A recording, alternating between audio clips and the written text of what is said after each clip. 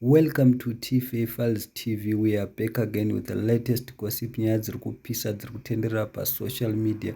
Prophet Emmanuel Makandiwa odedzera kuti number 1 enemy mutengesi waED ndise Wicknell, iye anoswera ari padhuze pashata. Guys, terai munzwe zvinopera mushe here nyaya yacho. The head of intelligence. Many years before the current president became the president, ndikati ndipei access kumukuru ndinomutsanangurire pane zvakati. And I asked for access to the president. Handakutanga kuwauza, ndakatanga nongoti ndakuona mukuru zvikanzi inyaya yei. Ndikati inyaya yavo zvikanzi ndoda kuti ndivasvitseka vazive kuti nyaya yacho. Ndikati dzese dzandouya nadzo inyaya chaidzo. Imuri kundudzira here kuti vanhu vese zvino izvi. Are you telling me that everybody vari padhuze nemukuru wenyika that is close to the head of the country were for him? were for him?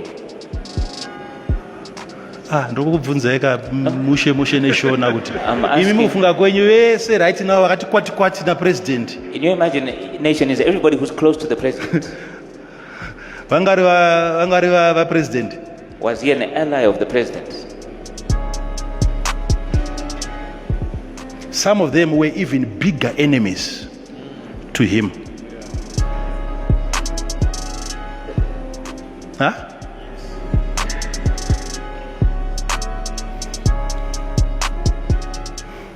But kana vapo kudai so, But when they're coming like this, kunoramba kuchisvibiswa vamwe. they continue to sully other people's homes. Kuno vamwe vanoramba chingosvibidzwa, uyu ndiye muvengi, uyu ndiye akazodai, Throw other people under the bus. They say that was your enemy, that person did this and that.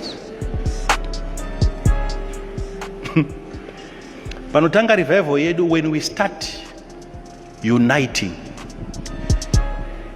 ourselves, bringing back our forces, by bringing back our resources, by bringing back our educated brothers and sisters.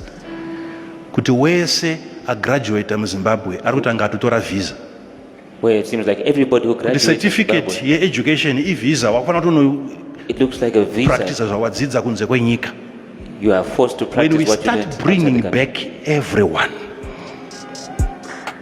vanhu vakatanga kudzoka ndikutauriraika wazvona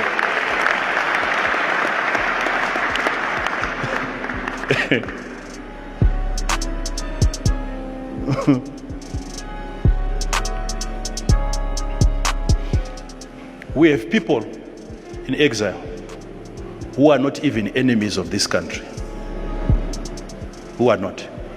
And we have enemies of this country who are in this country. Enemies.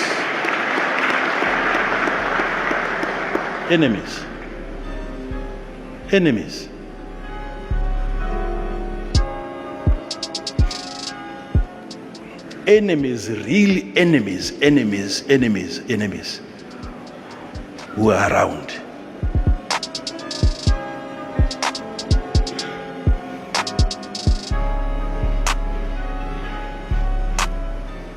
Ifunga kuti ndinoparidza politics. If you think that I preach about politics, Uri right.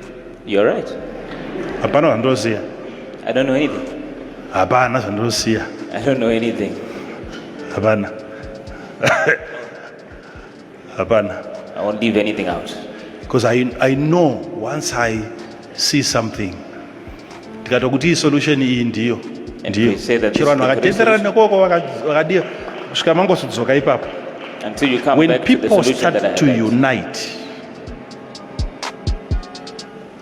Zimbabweans, I know this is going to be very, very difficult for you to accept. Munofunga kuti maybe solution is outside. I know When we Zimbabweans- start uniting, Tega, When you start to and unite, agreeing and accepting each other, Tega, amongst ourselves.